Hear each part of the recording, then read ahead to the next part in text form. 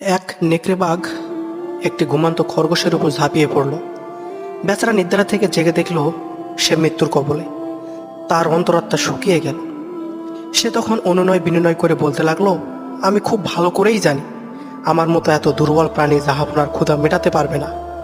যদি জাহাপনা এই এক লোকমার আশা ত্যাগ করেন, তাহলে এক শিয়ালকে আমি দেখিয়ে দিতে পারি, যা স্বীকার করলে জাহাপনার তৃপ্তি হবে।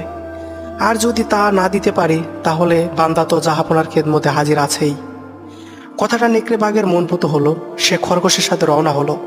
কাছেই শিয়ালের একটি গর্ত ছিল। খরগোশের সঙ্গে তার অনেক দিনের শত্রুতা। খরগোশ গর্তের কাছে গিয়ে বলল, জনাবের নির্জন বাস ও ধার্মিকতার খ্যাতি শুনে একজন জ্ঞানী সাক্ষাৎ করতে এসেছেন।